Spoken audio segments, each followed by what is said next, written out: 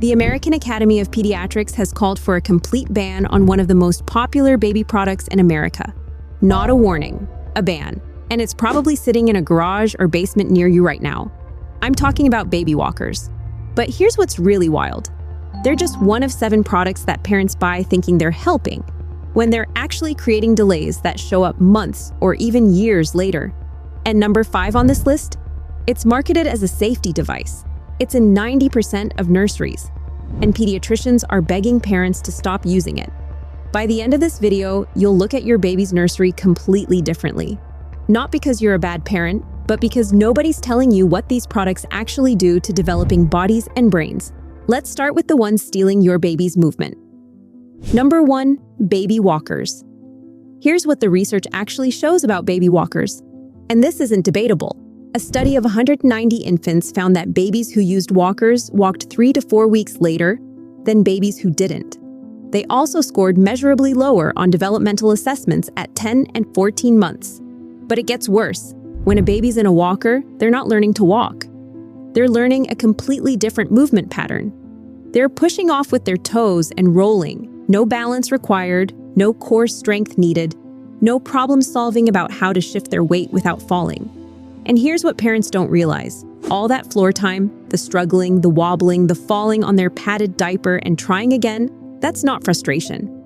That's their nervous system building the neural pathways for independent movement. Every time your baby catches themselves before falling, that's their cerebellum learning. Every time they pull up on the couch and their legs shake from the effort, that's muscle memory being encoded. But the walker skips all of it. Now add the safety issue. Walkers give babies mobility before they have judgment. Suddenly your 8-month-old can reach the stairs, the stove, the table with the hot coffee. The AAP reviewed the data and said, this product shouldn't exist. And yet, still sold in every major retailer, still given as gifts, still marketed to exhausted parents who just want 10 minutes of hands-free time. So here's what actually works. Floor play. Hold their hands and let them walk with you. Get them a sturdy push toy that doesn't roll away easily, one they have to work to move. Your baby will walk when their body's ready, and they'll do it better without the walker. Number 2, Bumbo seats or early sit-up chairs. Quick question. How many of you have seen those molded foam seats that hold babies upright before they can sit independently? Now here's the part nobody tells you. Sitting isn't something you teach. It's something that develops from the inside out. When babies spend time on their tummies, rolling, pushing up on their arms, they're building the deep core muscles that eventually make sitting possible.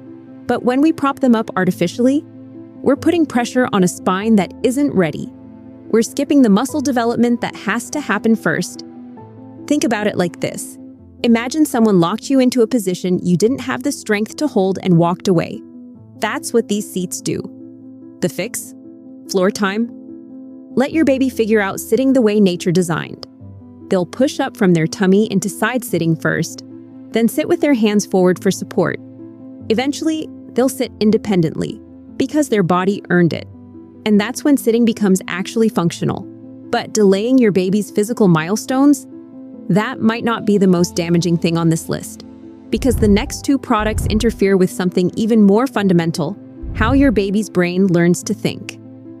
Number 3, screens and educational baby videos. All right, deep breath, because I'm about to talk about screens, and I can already feel half of you getting defensive. Stay with me. Here's what the research shows. And I mean actual peer-reviewed studies, not opinions. For babies under 2, screens don't teach. They delay language and social development. But my baby loves watching videos. They're so focused. Exactly. That's the problem. Your baby's eyes track the bright colors. Their attention is captured by the rapid movement. But that's not learning. That's just hijacked attention. And here's the crucial difference. Babies learn language from back and forth human interaction. They need to babble and have you respond. They need to point at something and hear you name it. They need to watch your face change expression when you talk. Videos can't do that. Even interactive videos can't respond to your specific baby's specific sounds in real time. But there's something else happening. That rapid-fire stimulation, the quick cuts, the flashing colors, the constant sensory input, makes real life seem boring by comparison. Real conversations are slower. Real play is quieter. and babies can start craving that intense stimulation, which makes it harder for them to engage with the patient. Responsive interactions their brain actually needs. Now, I'm not saying your baby's ruined if they've seen a screen, but here's what I am saying. Every minute in front of a screen is a minute not spent in the kind of interaction that actually builds language. A baby who watches 2 hours of educational videos a day will hear thousands of words. But a baby who spends that same 2 hours with a responsive caregiver, being talked to, sung to, read to, will not only hear more words, they'll hear them in context, with emotional tone, with facial expressions, with back and forth rhythm. That's where language lives, not in videos. So what do you do when you need a break? Because you're human, and sometimes you need 10 minutes to make dinner without a baby on your hip. A safe play space where your baby can explore toys independently. Even if they're fussing, they're learning to entertain themselves. They're developing attention span. They're using their imagination. Better yet, talk to them while you cook. Narrate what you're doing. I'm cutting the carrots now. Hear that crunching sound? Now the carrots are going in the pot. It feels silly. It's actually language gold. Number 4, overly noisy and flashing toys. Speaking of hijacked attention, let's talk about the toys that light up, play music, and basically perform for your child. These toys don't nurture curiosity. They demand it. Watch what happens when a child plays with a toy that does everything. The toy makes the noise. The toy performs the action. The toy dictates the play.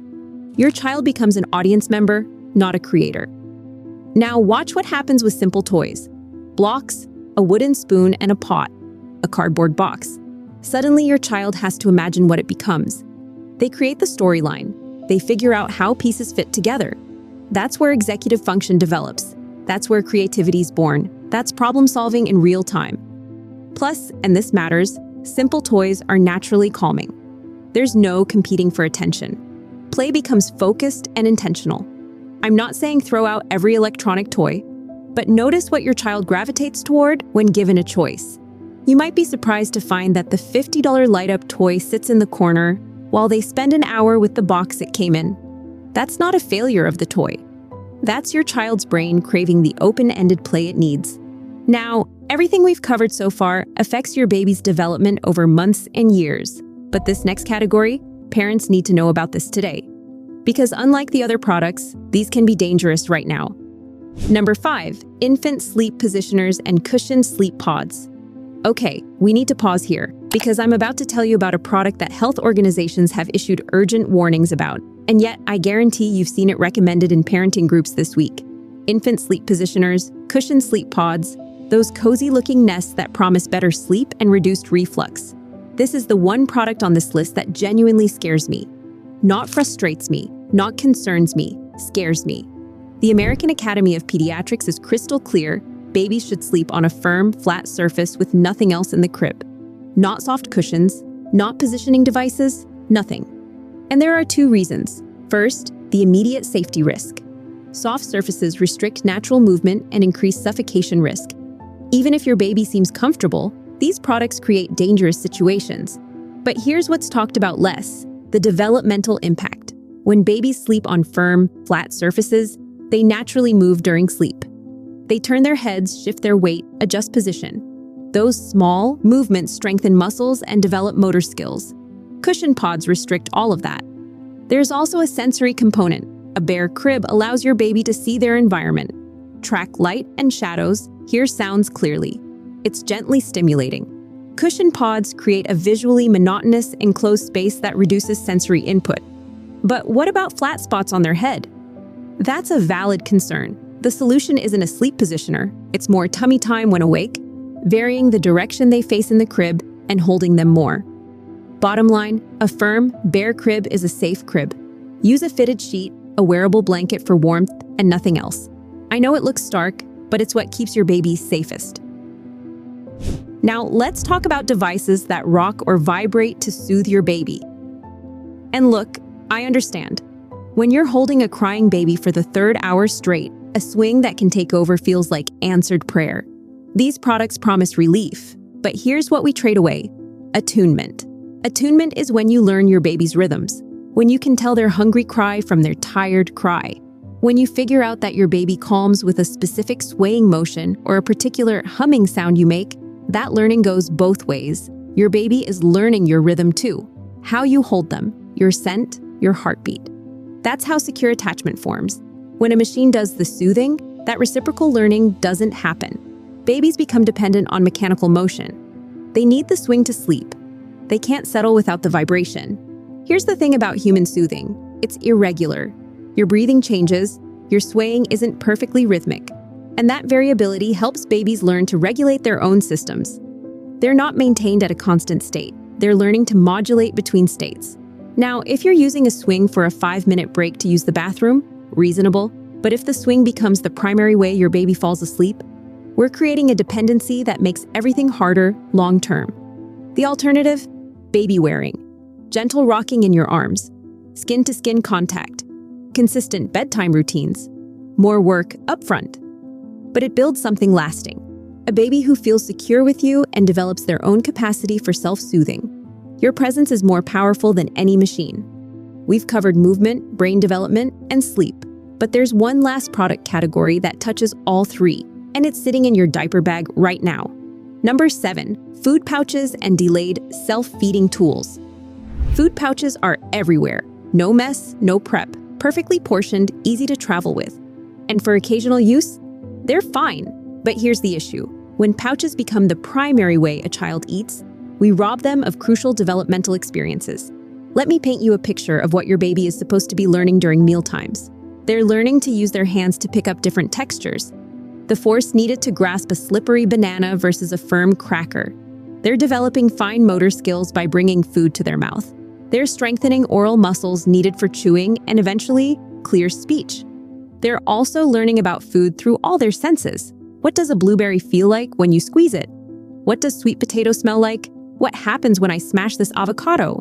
But when everything comes from a pouch, that sensory exploration doesn't happen. Food becomes a uniform, smooth texture requiring no chewing, no manipulation, no discovery.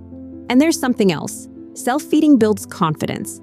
When your baby successfully gets a piece of food into their mouth, they light up with pride. I did this. I'm capable. Pouches keep children dependent. Even toddlers who could be using utensils stay on pouches because it's easier and cleaner. Now, before you start feeling guilty, I completely understand the appeal. Mess is exhausting. But here's what I want you to consider. That mess, it's learning. Those smashed peas on the high chair, that's your baby figuring out cause and effect. That banana in their hair, that's sensory exploration and fine motor practice. So start with finger foods they can grasp. Offer different textures and temperatures. Let them explore with their hands before they even try eating. Give them a spoon to hold, even if they can't use it effectively yet. Yes, it will be messy. Put a mat under the high chair, dress them in clothes you don't care about. Take a photo and laugh, because that mess is temporary. The skills they're building, those last forever. Now, here's what's wild about everything on this list. Every single one of these products was invented in the last 40 years. Baby walkers, 1950s, Bumbo seats, early 2000s, food pouches, last 15 years. Meaning millions of babies, including your parents, your grandparents, developed just fine without any of them. So why do we suddenly need them now? We don't. But the baby product industry is a $67 billion industry. And they're very, very good at making you think you do. So here's what I want you to understand. These products weren't created with bad intentions. The companies genuinely believe they're helping, and the parents who buy them are doing their absolute best. But remember at the start when I said these products were quietly holding your child back? Here's what I mean by quietly. These delays don't announce themselves. You don't get a notification that your baby's core strength isn't developing. There's no pop-up warning that language skills are lagging. It just happens. Slowly. Invisibly. Until suddenly, you're at the 18-month checkup, and the pediatrician is asking questions you weren't expecting. Is she walking steadily? How many words is he saying? Can she feed herself with a spoon? And you're thinking, wait, I thought we were doing everything right. Here's the truth. Real development happens through movement, connection, touch, exploration, and time. It happens on the floor, in your arms, with simple toys, through messy meals, and during those ordinary moments that feel unremarkable. You don't need every trending product. You don't need the most expensive gear. What you need is to trust the process, to believe your baby's body and brain know what they need, to provide opportunities for natural development rather than trying to accelerate it. So here's what I want you to do.